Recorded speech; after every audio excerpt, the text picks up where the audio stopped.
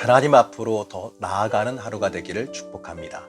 오늘 함께 보실 하나님의 말씀은 스바냐 3장 17절 말씀입니다. 너의 하나님 여호와가 너의 가운데에 계시니 그는 구원을 베푸실 전능자이시라.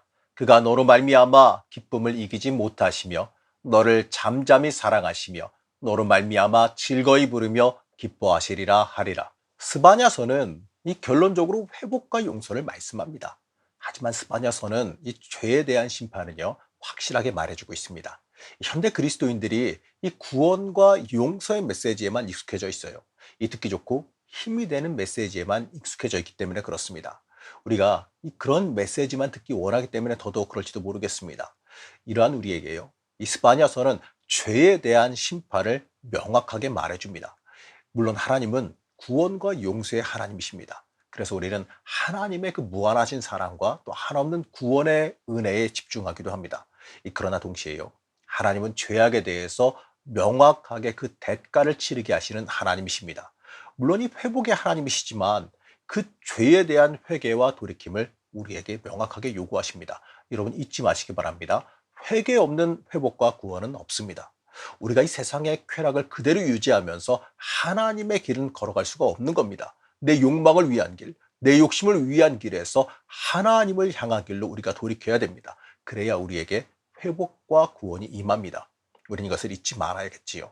이 구원과 용서의 메시지에 감동받고 은혜 받았다면 우리가 돌이키고 변화해야 되는 그 은혜가 내 것이 돼야 된다는 것도 잊지 말아야 됩니다. 스바냐는 이스라엘에게 회복의 날을 선포합니다. 스바냐는 이 회복의 날에 흩어졌던 백성들이 다시 여호와께로 돌아올 것이라 선포하고 있습니다. 15절 말씀입니다. 주님께서 징벌을 그치셨다. 너의 원수를 쫓아내셨다. 이스라엘의 왕 주님께서 너와 함께 계시니 내가 다시는 화를 당할까 두려워하지 않을 것이다. 이제 여호와께서 그들과 함께 계시기 때문에 절대로 두려워할 필요가 없습니다. 하나님은 이제 백성들에게 여호와의 사랑이 향한다라는 것을 말씀합니다. 그리고 그 고통받는 사람들이 평안을 누리고 안전해질 것이다라고 약속합니다. 이제 심판은 지나갔으니 남은 일은요, 하나님의 구원과 은혜를 누릴 일밖에 없습니다. 17절 말씀입니다. 주 너의 하나님이 너와 함께 계신다. 구원을 베푸실 전능하신 하나님이시다. 너를 보고서 기뻐하고 반기시고 너를 사랑으로 새롭게 해주시고 너를 보고서 노래하며 기뻐하실 것이다. 그런데 스바냐는요, 이 복과 은혜를 누릴 사람에 대해서 말해줍니다. 누가 이러한 복과 은혜를 누릴 것인지 구분해서 말해주지요. 12절 말씀입니다. 그러나 내가 이 도성 안에 주의 이름을 의지하는 온순하고 겸손한 사람들을 남길 것이다. 하나님은 심판 가운데서도요, 신실한 백성을 남겨두셔서 그들이 구원의 회복에 참여할 것이라고 말씀합니다. 바로 남은 자들이에요.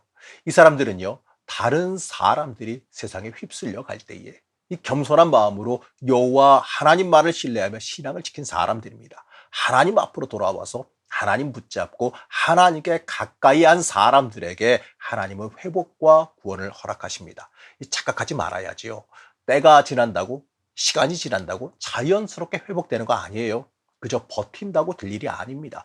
회개하고 돌이켜야 회복과 구원이 임합니다. 착각하지 말아야겠지요. 고난 중에 그저 시간 보내고 버틴다고 될 일이 아니에요. 고난의 기간에 회개하고 돌이켜서 하나님의 사람으로 거듭나야 그 고난이 복이 됩니다. 그래야 하나님께서 주시는 회복과 은혜를 누리게 됩니다.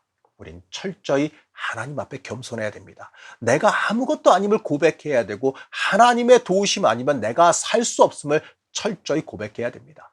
하나님께서 자신만만해하던 청년 모세를 이스라엘의 지도자로 부르지 않으셨습니다. 오히려 늙어서 자신의 연약함을 인정한 노년의 모세를 이스라엘의 지도자로 부르셨습니다.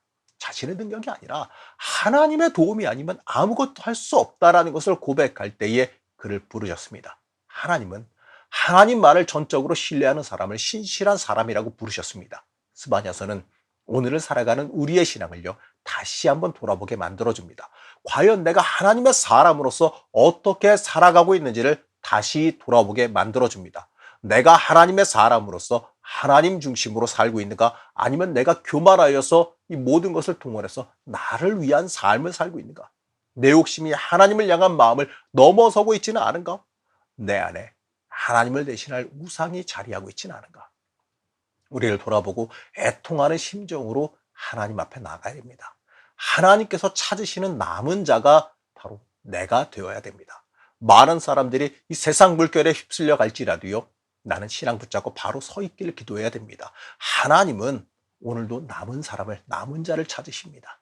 하나님께 가까이 가기를 원하며 하나님 중심으로 살기 원하는 사람을 찾으십니다. 그리고 그 사람을 회복시키시기를 소망하십니다. 사랑하는 성도 여러분, 나는 얼마나 하나님 앞에서 신실하게 살아가고 있습니까? 나는 얼마나 매 순간 하나님을 진실하게 붙잡고 있습니까? 껍데기만 남은 이스라엘의 신앙을 하나님은 정죄하셨습니다. 내가 혹시나 이 껍데기만 남은 그리스도인은 아닌지 스스로 한번 돌아보고 점검해야 됩니다. 부디 하나님 앞에서 신실한 남은 자가 되어서 하나님의 복과 은혜를 누리는 주의 자녀가 되시기를 시간 간절히 축복합니다. 우리를 여전히 사랑하신 하나님, 우리가 껍데기만 신앙인은 아니었는지 돌아보길 원합니다. 우리의 연약함과 완악함을 회개하오니 우리의 신앙과 삶이 온전히 회복되게 허락하여 주시옵소서. 신실한 남은 자의 신앙으로 살아가길 원합니다. 우리의 연약함을 도와주시고 붙들어 주셔서 변화하여 하나님 중심으로 삶이 변화되도록 허락하여 주시옵소서. 오늘 하루도 신실한 주의 자녀가 되기를 원하오며 거룩하신 예수님의 이름으로 간절히 기도드렸습니다. 아멘.